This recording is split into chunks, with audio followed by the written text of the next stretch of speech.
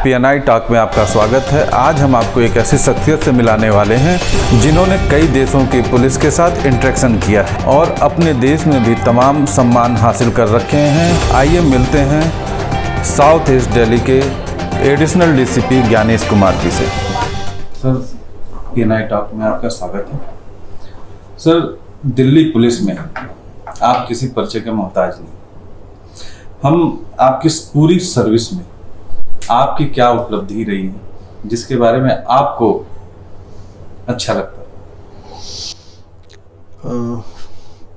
एक बड़ा क्वेश्चन है जिसको कम शब्दों में समेटना मुश्किल है।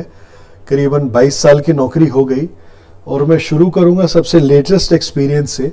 अभी जो कोविड-19 नेशनल, क्या हम इसको इंटरनेशनल लॉकडाउन कहेंगे, इस दौरान जो पुलिस की भूमिका रही है, बिना इंडिविजुअल केसेस में जाने में एक लाइन में इसको डिफाइन करूंगा कि जनरली बचपन से या पुलिस में आने के बाद भी armed forces, army, navy, air force, इनको एक बड़ा ऊंचा दर्जा दिया जाता था। कैलामिटी में यही काम करते थे, अर्थक्वेक में। आज ऐसे अब मौका, मतलब जो सिचुएशन अनप्रेसिडेंटेड है, दोबारा भगवान न करे आए, लेकिन इसमें मैंने देखा कि पुलिस का रोल भी वैसा रहा है और पुलिस का रिकग्निशन भी यही मिला है। तो मैं मानता हूं कि मेरे लिए सबसे चैलेंजिंग लेकिन सबसे सेटिस्फाइंग पॉइंट ये है। इसके अलावा हमको डिफरेंट यूनिट्स में काम करने का मौका मिला, जैसे लोकल पुलिस, क्राइम ब्रांच, और मैंने प्रेसिडेंट हाउस में भी काम किया। उसमें अगर हम देखें तो क्राइम ब्रांच में मैंने कुछ मकोका केसेस खुद इन्वेस्टिगेट किए थे, जो बड़े क्रिमिनल्स ऑर्गेनाइज्ड क्राइम में होता है। उसमें मैक्सिमम क्रिमिनल्स को बड़ी बड़ी सज़ा मिली है, 10 साल 15 साल। वो बड़ा सेटिस्फाइंग था। राष्ट्रपति भवन में रह के काफ़ी सीखने को मिला। एक हाई पॉइंट तब था जब उस समय के प्रेसिडेंट मिस्टर बराक ओबामा से मुझे अप्रिसिएशन लेटर और एक फ़ोटो अपॉर्चुनिटी मिली थी मेरे काम के लिए।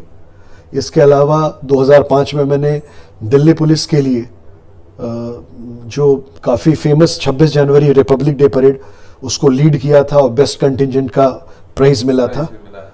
और एक लाइन में सबको समअप करें तो इस साल मुझे बड़ी खुशी हुई कि भारत सरकार की तरफ से 26 जनवरी को मुझे president medal for meritorious service के लिए चुना गया है, जो कि अवार्ड मुझे अगले साल मिलेगा। सर, बहुत बहुत बधाई हो आपको उसके लिए। शुक्रिया। सर, इस दरम्यान एक क्वेश्चन और ध्यान में आता है, वो ये है कि आपने जैसे बताया कि आप क्राइम ब्रांच में भी रहे हैं, CBI में भी रहे हैं और इंटेलिजेंस में भी रहे। इस दरम्यान की सर्विस में आप जब घर से निकलते रहे होंगे, या तो इनकाउंटर के लिए या फिर किसी ऐसे वर्क के लिए, उस दरम्यान परिवार को ज्यादा डर लगा या आज कोरोना के जो है डर में, इस दोनों डर में परिवार कितना सहमा है? ये भी बड़ा पर्टिनेंट क्वेश्चन है। जब नौकरी की शुरुआत हुई थी तो शादीशुदा नहीं था, तो सच बताएं उस समय परवाह नहीं होती थी, जोश भी कुछ और होता है। पर जैसे जैसे परिवार होता है तो उनकी चिंताएं हमारी चिंता हो जाती है। ये प्रश्न बोलना कि उन्हें कितना खतरा लगा, वो तो उतना दर्शाते नहीं थे, हरदम चाहते थे कि मैं खतरा मोल ना लूं। लेकिन आज के दिन में सबसे बड़ा खतरा मुझे लगता है हमारी, चूंकि आज के समय में पब्लिक डीलिंग है, हम लोग फोरफ्रंट में हैं, रोड्स पे हैं, और पुलिस का काम दोनों हो रहा हो, इन्फोर्समेंट का भी, फैसिलिटेशन का। तो मुझे इस बात का डर लगता है कि इस कोरोना वायरस संक्रमण बहुत संक्रमित बीमारी है, मेरे चलते परिवार एक्सपोज ना हो, तो मुझे उनकी चिंता काफ़ी रहती है, इसीलिए काफ़ी प्रिकॉशन लेता हूँ। बाकी पुलिस और वर्दीधारी होने पे उतने रिस्क तो लेने ही पड़ते हैं। परिवार हरदम हमारे साथ खड़ा रहा है। सर, एक चीज और जो मुझे ज़्यादा लगा कि कोरोना का जो संक्रमण था, वो आप चूंकि जो है साउथ दिल्ली माने इधर जो है निजामुद्दीन और ये मरकज से बहुत ज़्यादा निकल के आया, तो देश भर में कितने लोग यहाँ से निकले और उसके बारे में कुछ बताइए। एग्जैक्ट फिगर तो ऑफ हैंड नहीं है, बट मरकज से जब यहाँ से मास इवैक्यूएशन हुआ था, उस समय करीबन 2300 से 2400 लोग निकाले गए थे। उनको डिफरेंट क्वारंटाइन सेंटर में भेजा गया था। दूसरा, आपका प्रश्न सही है कि यहाँ से कितने लोग निकले, तो हम लोगों ने दोनों मोबाइल सर्वेलेंस और फिजिकल वेरिफिकेशन के द्वारा हर अंतिम कड़ी तक पहुंचने की कोशिश की, और हमें उपलब्धि भी मिली है। जब बहुत सारे लोग, जो मास इवैक्यूएशन हमारा हुआ, उसके पहले निकल गए थे और डिफरेंट दिल्ली में काफ़ी लोग मिले जो अलग अलग मस्जिदों में या अलग अलग जमातों में जाके रहे थे। दिल्ली से बाहर जो मिले हम लोगों ने इंफॉर्मेशन दूसरे स्टेट से शेयर की है। दूसरे स्टेट से इंफॉर्मेशन खुद ब खुद आ रही है कि इतने लोग जमात से निकले थे, तो उनके फिर मोबाइल सर्वेलेंस, मोबाइल एनालिसिस वगैरह से हम लोग उनके फर्स्ट और सेकंड कॉन्टैक्ट तक पहुंचने में सफल रहे। काफ़ी ऑफ हैंड फिगर तो नहीं याद है, बट हम लोगों ने ये एक्सरसाइज पूरी कर ली है। इस समय आपकी कितनी टीमें, कितने जवान और कितने संसाधनों का उपयोग आप लोग कर रहे हैं आज? मैं आपको अपने ज़िले साउथ ईस्ट के बारे में बता सकता हूं कि साउथ ईस्ट में एज ए वेलफेयर मेजर भी हम लोगों ने जो लोग उम्र वाले हैं, जिनको कोई बीमारी है जैसे डायबिटीज़, हाइपरटेंशन, कोशिश की है और बहुतों को हमने छुट्टी भी दी है रोटेशन में। कुछ लोगों को जो हाईली एक्सपोज्ड है, क्वारंटाइन सेंटर्स में हैं, इनको फिर हम एक ड्यूटी के बाद इनको एक आइसोलेशन में भी रखते हैं ताकि भगवान न करे अगर ये संक्रमित होते हैं तो अपने परिवार को और अपने दोस्तों और अपने जानकार को संक्रमित न करें। तो हमारे दिल्ली पुलिस की फोर्स जो ज़िले में है उसका 1/3 करीबन इन सब में है, तो हम समझे करीबन 2000 ऐसे हैं लोग हैं जो कि ड्यूटी पे हैं। इसके अलावा हमें आउटसाइड फोर्स जिसमें सीआरपीएफ हैं वो भी मिलती है टाइम टू टाइम, उसकी भी यूटिलाइजेशन करते हैं। और हमने फोर्स मल्टीप्लायर बहुत सारे कोविड-19 वॉलंटियर्स के नाम से हमने हर मोहल्ले में लोगों के वॉलंटियर्स चुने हैं जिनको हमने आई कार्ड बनाया है, उनके थ्रू भी एनफोर्समेंट हम करते हैं। ये तो बहुत बढ़िया है सर। जरूरतमंद लोगों की जो आज की डेट में कहीं शेल्टर होम में हैं, कोई कहीं रुके हुए हैं, उनकी मदद कैसे पुलिस प्रशासन करती है? इसको मैं 2 भागों में बांटना चाहूँगा।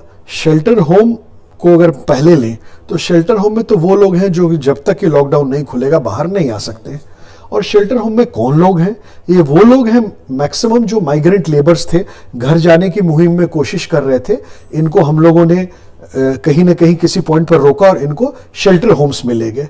इनको सरकार की ओर से खाना मिलता है, लेकिन अब लंबे समय होने के बाद हम लोगों ने देखा है कि उनके लिए मूवी शोज, मैजिक शोज, खाने का मेन्यू चेंज करना, उनकी ज़रूरतें सुनना, और जो असिम्प्टोमेटिक लोग हैं जिनको कोई नहीं है उनको वैसे भी हम लोग डॉक्टर से टेस्ट करवाते रहते हैं, तो हम लोग उन देखते हैं ताकि उनका ख्याल रखा सके। और जो लोग बाहर हैं उनके लिए तो आपने कई चीज़ें सुनी भी होंगी, यहाँ तक कि जो ज़रूरतमंद लोग हैं उनको हम गाड़ी मुहैया कराते हैं, उनके लिए मूवमेंट कर्फ्यू पासेस देते हैं जिनको कहीं बहुत ज़रूरत के लिए निकलना होता है।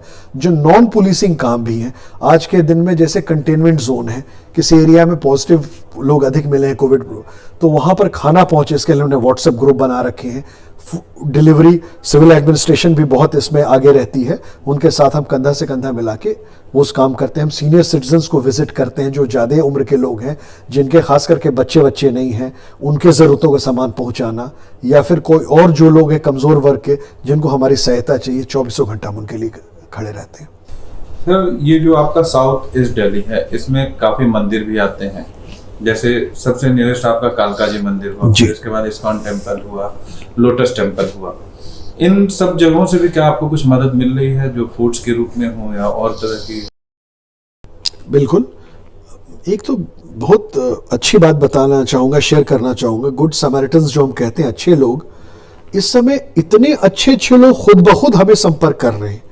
और इस ज़िले के लिए बारे बता सकते हैं कि अभी जब से शुरू हुआ है, महीने भर करीबन हो चुका है, कोई भी डिस्ट्रेस कॉल भूख की नहीं आई है।